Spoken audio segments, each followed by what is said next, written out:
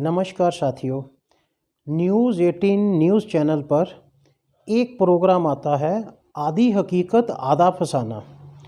उस पर हमारे हिंदू धर्म को बहुत ही क्षीण दिखाया गया है। उसमें इन्होंने ये कोशिश करी हुई है कि हमारे देवी देवताओं की शक्तियों को विज्ञान की कसौटी पर परख कर अविज्ञान और अज्ञान परोसा जा रहा है।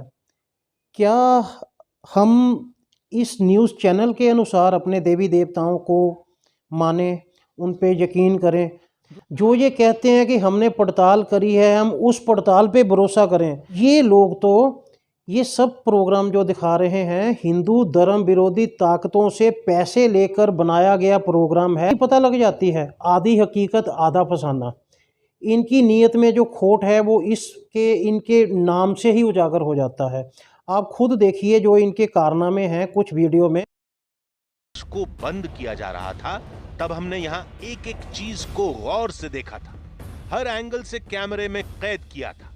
सोचा था न जाने कौन सी तस्वीर हमें चौंका दे, लेकिन सुबह तो यहाँ का पूरा नजारा ही बदला था। ऐसा हुआ तो कैसे हुआ?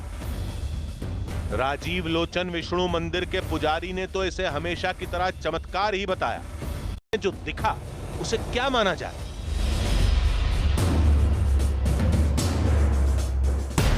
इस सवालों के साथ हमने दिल्ली में एक तर्कशास्त्री से मुलाकात की, उनको पूरी कहानी बताई, हर तस्वीर दिखाई।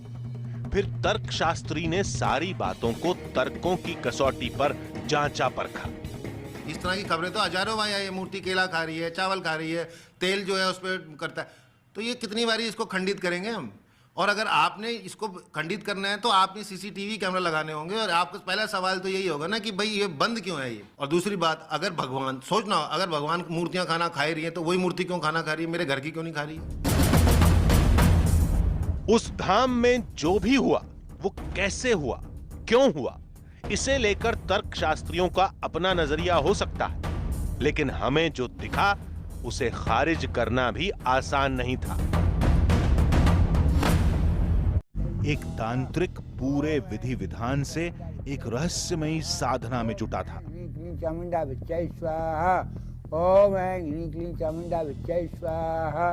बताया गया कि इस धाम में तांत्रिकों का ऐसा ही मेला लगता है। खासतौर पर गुप्त नवरात्रों में यहां तंत्र साधना करने वाले सैकड़ों साधु आते हैं। यहां होने वाले दावों को माने तो चंबल का 64 योगिनी मंदिर तंत्र साधना का सबसे बड़ा विश्वविद्यालय था और नरेश्वर धाम तंत्र साधना की सबसे बड़ी कर्म भूमि। तंत्र मंत्र और काले जादू के लोगों के लिए ये मंदिर 7वीं शताब्दी में बना। अब ये मंदिर खंडर बन चुका है। कहते हैं कि तंत्र मंत्र में 64 योगिनियां होती हैं और शिव को इन योगिनियों का भगवान माना गया है। तो क्या नरेश्वर का ये मंदिर शिव तंत्र की सबसे बड़ी प्रयोगशाला है? और क्या मुरैना के 64 योगिनी मंदिर का नरेश्वर मंदिर से कोई नाता है?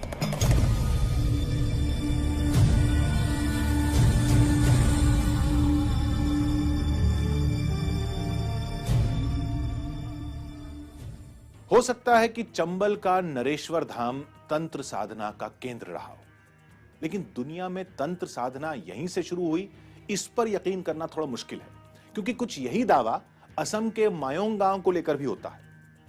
रही बात ऐती पर्वत की, तो इतना सच है कि पुराणों में उसी पर्वत को शनिदेव का स्थान माना गया, लेकिन वहां जो झरने मिलते हैं वो भगवान का कोई चमत्कार है, इसका कोई प्रमाण नहीं है। तो अगले हफ्ते फिर मिलेंगे एक नई कहानी के साथ, जिसमें थोड़ा सच होगा, थोड़ा बहाना, आधी हकीकत आधा फसाना। कुछ घंटों की चढ़ाई के बाद हमें पत्थरों पर कुछ दिखा। शायद शैल चित्र ही थे, लेकिन ये तो बदरंग हो चुके थे। आसपास कई चित्र थे, लेकिन सबकी हालत बेहद खराब थी। यहां तो बात नहीं बनी, शायद गुफा में कुछ मिले। दावा है कि यह जगह त्रेता युग की है। हमारी निगाहें किसी निशानी को खोज रही थी। इस जगह से हमारे गाइड भी अनजान थे।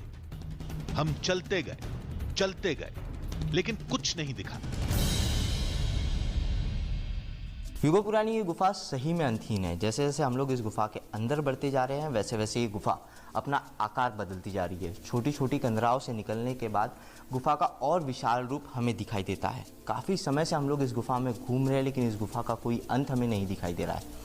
इस गुफा के स्ट्रक्चर को हम लोग ठीक तरीके से देखें तो ये हार्ड रॉक की चट्टानी गुफा है। ये चूने के पत्थर वाली गुफाएं नहीं है जो पानी के कटाव से या किसी अन्य वजह से बन जाती है। ये गुफाएं युगों पुरानी होती है और वैज्ञानिक भी हार्ड रॉक की इन गुफाओं को करीब 8 से 10 हजार साल से भी ज़्यादा पुराना मानते हैं।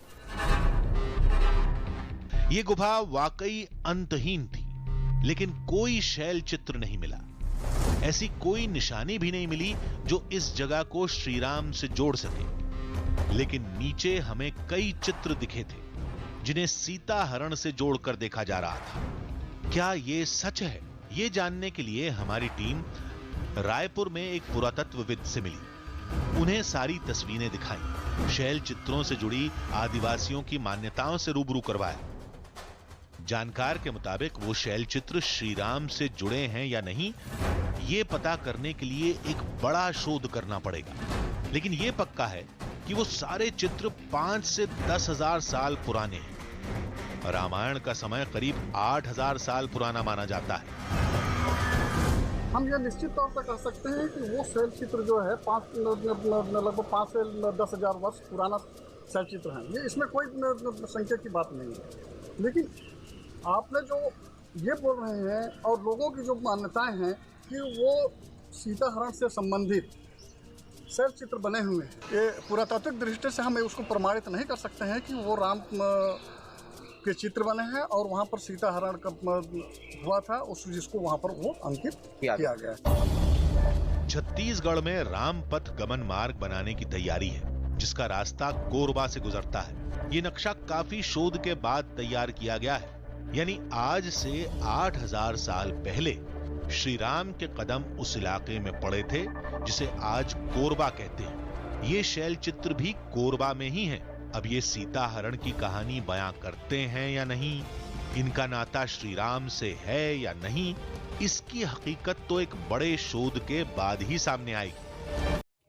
ये गंदे और पापी लोग जो धर्म विरोधी हैं, समाज विरोधी हैं, ये जहरीली सोच रखने वाले लोग जो पैसों के लिए ये प्रोग्राम बना के परोसते हैं और ज़बरदस्ती थोप रहे हैं, बल्कि ये शोध क्या कर रहे हैं, अपने अनुसार शोध करवा रहे हैं। वो हमारे धर्म के ऊपर उपदेश दे रहा है और ज्ञान परोस रहा है कि जी मूर्तियाँ, मंदिर में मूर्तियाँ ये खा पी सकती हैं, मेरे घर पे नहीं खा सकती।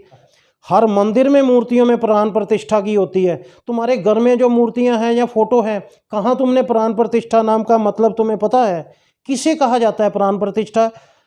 प्रचार करने तो लग जाते हो। शोध करने वाले आदमी की संस्कृति के ऊपर मैं ज़्यादा बोलना नहीं चाहता, क्योंकि वो उसके घर का मामला है, उसके घर की संस्कृति है। जो उस शोधकर्ता के घर की संस्कृति है वो हमारे मंदिरों की संस्कृति के ऊपर थोपेगा। ये चीज़ समझ ले कि ये तुम जो कह रहे हो इसका नतीजा भी तुम्हें भुगतना पड़ेगा। हिंदू देवी देवता जल्दी रुष्ट भी नहीं होते और जल्दी प्रसन्न भी नहीं होते। ये सनातन विरोधी सोच रखने वाला न्यूज़ 18 चैनल, जो पेड न्यूज़ 18 चैनल है, ये चाहता है कि हमारे देवी देवताओं की जो शक्तियाँ और चमत्कार हैं इनकी आंखों के सामने हो तो ये यकीन करेंगे।